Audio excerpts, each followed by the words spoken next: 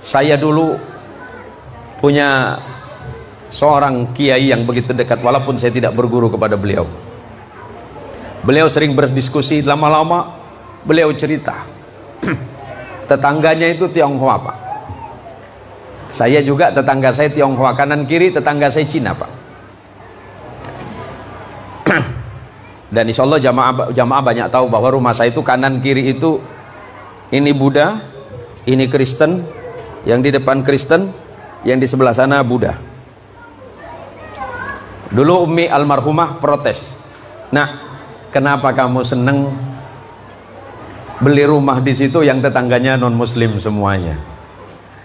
Jawaban saya sederhana, "Mi, pertama karena Allah mentakdirkan saya di situ.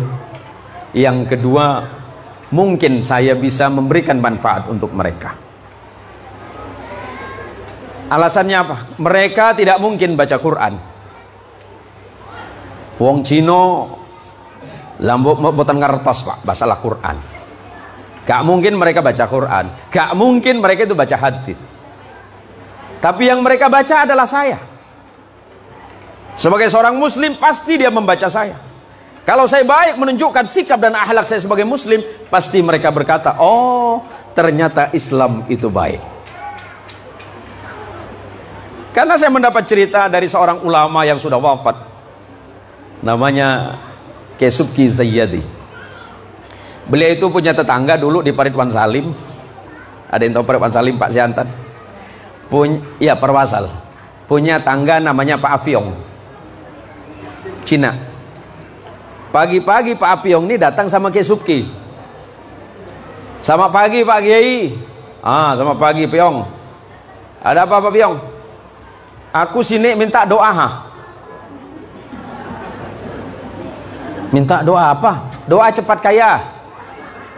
Kata Pak Kiai, "Kita beda Tuhan." "Tak apa, Tuhan aku tak baik, siapa tahu Tuhan Pak Kiai baik." Semoga Allah merahmati Kiai Subki. Jadi macam mana lah? Terserah Pak Kiai lah, yang penting aku kaya,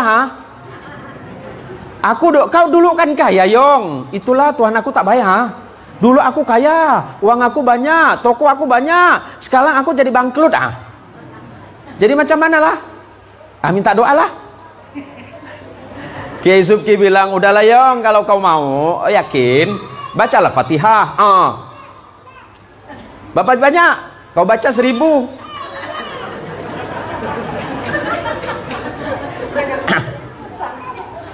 Api yang tak tahu apa itu Fatihah, Kiai Subki tak tahu apakah Ayong ini percaya apa enggak. Api yang balik, Kiai Subki senyum, "Tak mungkin lah dia baca itu," kata Kiai kan. 2 tahun berselang, Pak Ustadz, Api yang datang. "Selamat sore Pak Kiai." "Sore? Kamu siapa ya?" Apiong. "Apiong yang mana? Dulu aku yang minta doa sama Pak Kiai, Kau sekarang aku jadi kaya, Kiai bingung. Serius Yong? Kau dulu baca apa? Pak Kiai suruh aku baca Fatihah. Iya, aku suruh baca 1000. Kau baca, aku baca. Macam mana kau baca? Fatihah.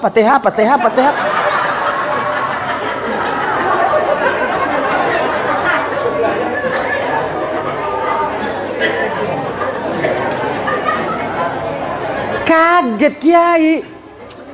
Serius Yong? Nah, aku jadi kaya, Masa Pak Kiai tak yakin sama Tuhan? Apa kata kayak gedablekon gitu kan? Kiai yang ngajarin gak kaya-kaya, Cina yang diajarin kaya duluan. Jadi Kiai mikir, aku yang salah apa Tuhan yang kasih salah ini? Akhirnya dalam hati Kiai Subki Zayyadi berkata, "Ya Allah, Engkau maha pemurah. Mau seperti apapun orang meminta, Engkau pasti beri. Yang penting yakin." Nah, problem besarnya kita ini dari pagi, siang, sore, malam sampai ketemu pagi lagi, mboten sugi-sugi, mergo napa? Mboten yakin. Ora percaya sama Pak Kiai. Oh ditanya, Pak Imam doakan saya jadi orang kaya, balik ketawa dia. Dia seorang tak kaya gitu. Ya Allah, ini terjadi Pak. Ni'matani maghbunun fihima katsirun minan nas, as-sihat wal faragh. Ada dua nikmat manusia yang besar yang sering dilalaikan oleh mereka. Dan ketika nanti nikmat itu hilang, baru mereka berpikir bahwa aku membutuhkan keduanya. Pertama, sehat. Kedua, sempat. Ketika kita sehat, sempatkan waktu untuk beribadah kepada Allah. Bukan sholat ketika sempat.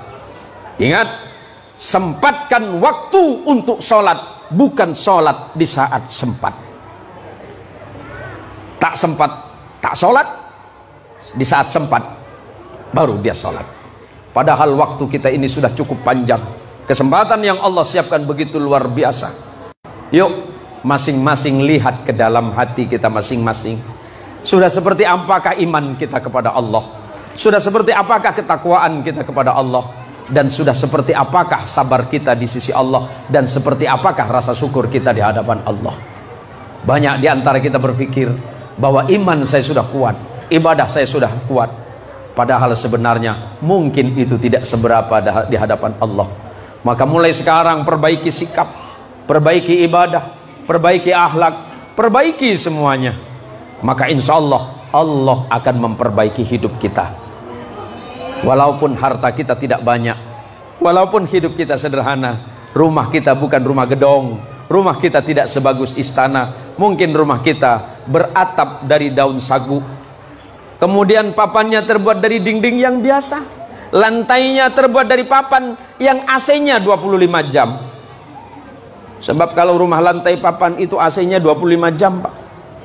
Tapi dia bersyukur, alhamdulillah Allah, walaupun saya seperti ini saya bahagia ya Allah. Matur suwun, terima kasih Engkau telah menyiapkan aku rezeki yang sehat. Sebab kalau sehat nanti banyak orang akan membeli kesehatan, tapi ternyata mereka tidak mampu membeli kesehatan. Padahal ketika sehat dia tidak menyempatkan diri untuk dekat kepada Allah.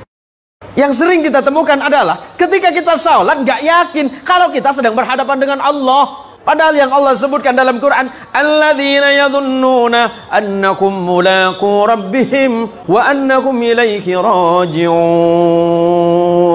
Orang yang sholat madhep saking Gusti Allah itu yakin, Allahu Akbar. Hatinya berkata, ya Allah, aku tidak melihatmu, tapi Engkau sedang melihatku. Aku tidak mendengarmu, tapi Engkau mendengarku, ya Allah. Tunduk kepada Allah. Nek kulo kali jenengan sholat Pak, mulai dari takbir sampai salam, enggak ada satupun yang ingat Allah. Allahu Akbar. Bismillahirrahmanirrahim. Warung tak laku, jualan tak habis, ya Allah. Yang jualan ayam di pasar ngeluh, ayam naik, ya Allah. Tak ada satupun orang lewat nanya, Pak Kades, Ar-Rahmanir-Rahim. Anggaran tahun ini ya Allah seret betul, ya Allah. Persoalannya apa? Hatinya nggak nyambung. Kalau hatinya sudah nyambung kepada Allah, dia memiliki keyakinan Allah melihatku, aku tidak melihat Allah. Allah mendengarku, aku tidak mendengar Allah. Apapun yang aku ucapkan Allah tahu. Kadang-kadang kita ini sebelum sholat problemnya banyak. Problem yang banyak di luar sholat, dibawalah ke sholat. Sama dengan ibu-ibu yang kehilangan dompet. Ibu yang kehilangan dompet sebaiknya nggak usah datang sama dukun. Dukun itu suka bohong. Tapi ibu sholat insya Allah ketemu dalam sholat.